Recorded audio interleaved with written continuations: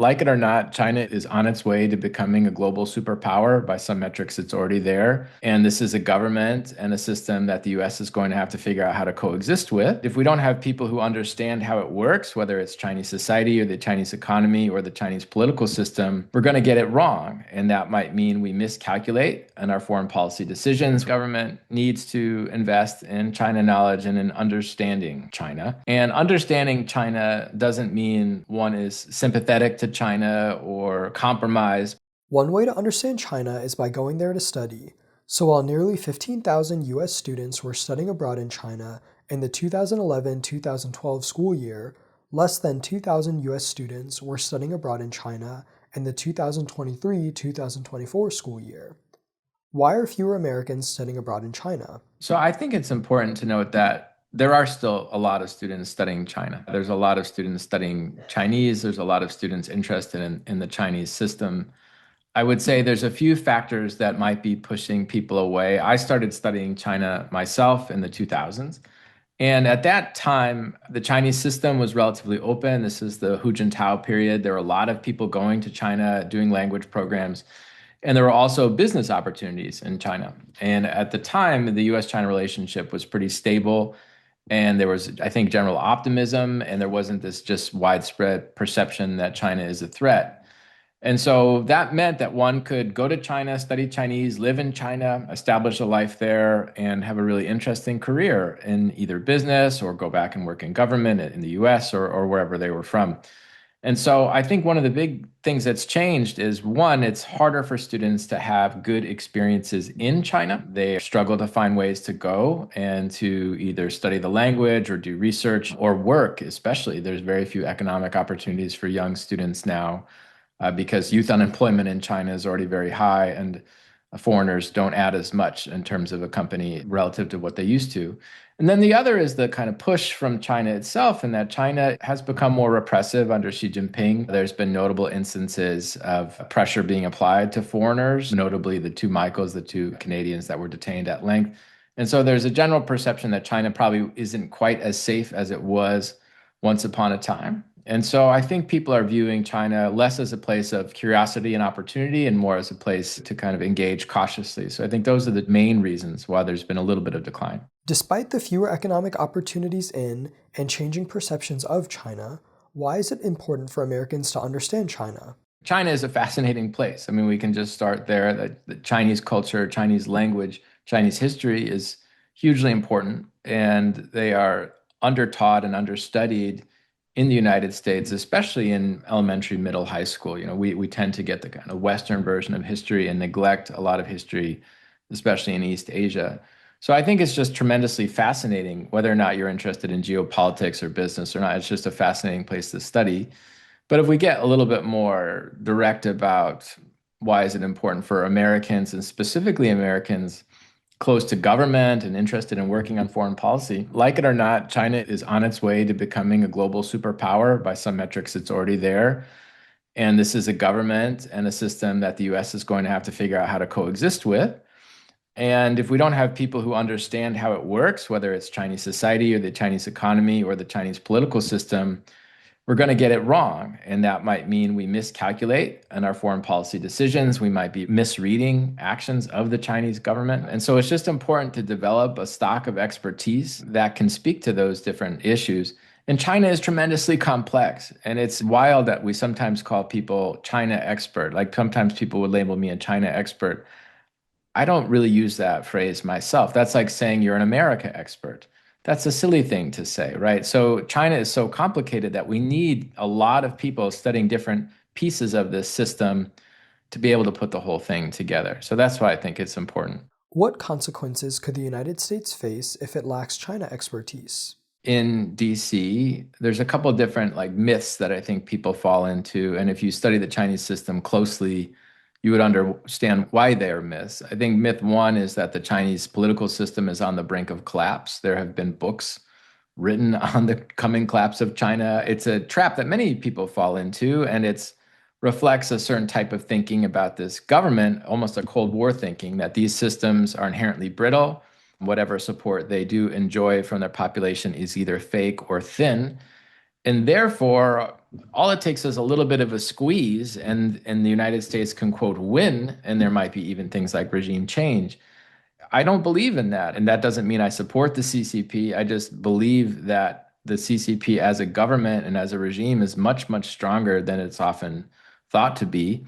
And I think the Chinese population has a fairly deep reservoir of support for the political system as a whole. So that matters because that means that little things that we do, whether it's tariffs or economic pressure or sanctions, might not land and might not have the political consequences that we think they would because we overestimate our ability to apply pressure. I think the other example that I might cite is there are people in DC that think China is on the brink of invading Taiwan. I've talked to people who believe the Chinese government has a calendar, like a deadline, and that is 2027. And they believe that it's almost inevitable that this invasion will happen. Again, I'm skeptical about that narrative, in part because I view the CCP as primarily focused on domestic issues. And I think Taiwan is not a necessity for them politically at home. They have to worry about youth unemployment, they have to worry about economic growth, and they are under pressure to not lose Taiwan. But if they fail to take Taiwan, I don't think that would create any significant domestic instability. So, another way of saying that is from a regime stability calculation, I don't think invading Taiwan would be a smart thing to do. They might still do it, but again, I think this is why we need to study the system so we have a better understanding of the true nature of domestic politics in China and how it might influence decision making. So it's clear that understanding China is helpful for crafting US foreign policy. So, what is or isn't the US government doing to ensure it can have people that understand China? On one hand, it's clear that understanding China is a priority of the US government itself. And you see that manifest itself in different ways. There's the China House and the State Department, which was stood up. There's kind of China focused units in the military and in the intelligence community. So it's clear that the US government is thinking a lot about China and China expertise is in demand. Now, the other side of this is I don't think the US government is doing enough to create the pipeline of expertise that's going to feed into the government. You could argue that, in fact, they've gone the other direction, which is they've shut off that pipeline. So, some examples Americans used to go to China through the Fulbright program or through the Peace Corps program. Those have both been done away with. A lot of prominent American voices on China actually went through those programs, and those were shut down for, I think, pretty silly reasons and unnecessary reasons. We don't see a lot of funding of Chinese language study in the US at the higher education level or in the high school level. Confucius Institutes, which have ties to the Chinese government and are problematic, I think, for different reasons, those have been largely done away with in American universities. But there was no federal funding to support language study that the Confucius Institutes were providing. And so there's not a lot of resources being put into that set of people, those kind of 18 to 25-year-olds. We need those people to be studying Chinese, getting to China with good opportunities, and then being able to come back and serve in government or contribute to debate. And I worry that that stock of experts is really thin right now, and it's much harder to get into the China field. And I think that's a real concern. How can the US government make it easier for people to understand China? So I think the US government needs to invest in China knowledge and in understanding China. And understanding China doesn't mean one is sympathetic to China or compromised by that knowledge. I do think there's a narrative that if you've spent time in China or if you speak Chinese, you're, quote, too close to the Chinese system and maybe even been influenced by the CCP or something. And that, frankly, that's not what I observe in people in my community. I think you go to China, you spend time there.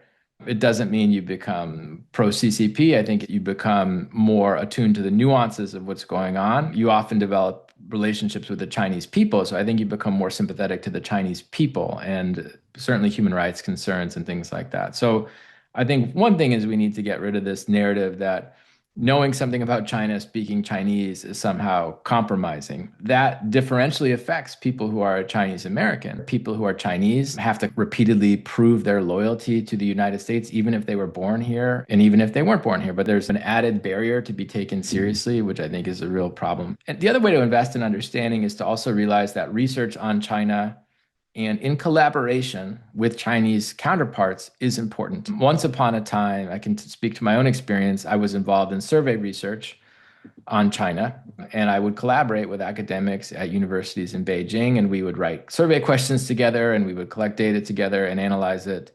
And that was really productive exercise for everybody. Similar research projects were going on issues related to disease, on issues related to climate change.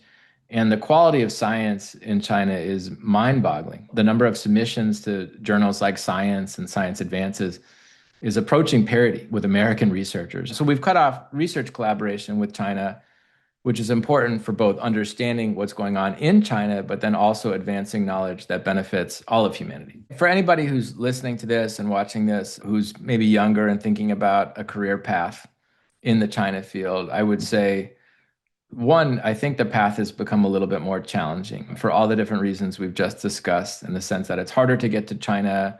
It's harder to study China when you're there. The Chinese government is not particularly open to research right now. So the barriers to entry are higher.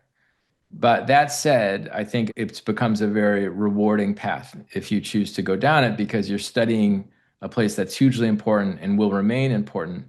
And we're just in desperate need of voices, in particular younger voices, that are going to allow us to better contend with and understand China's rise.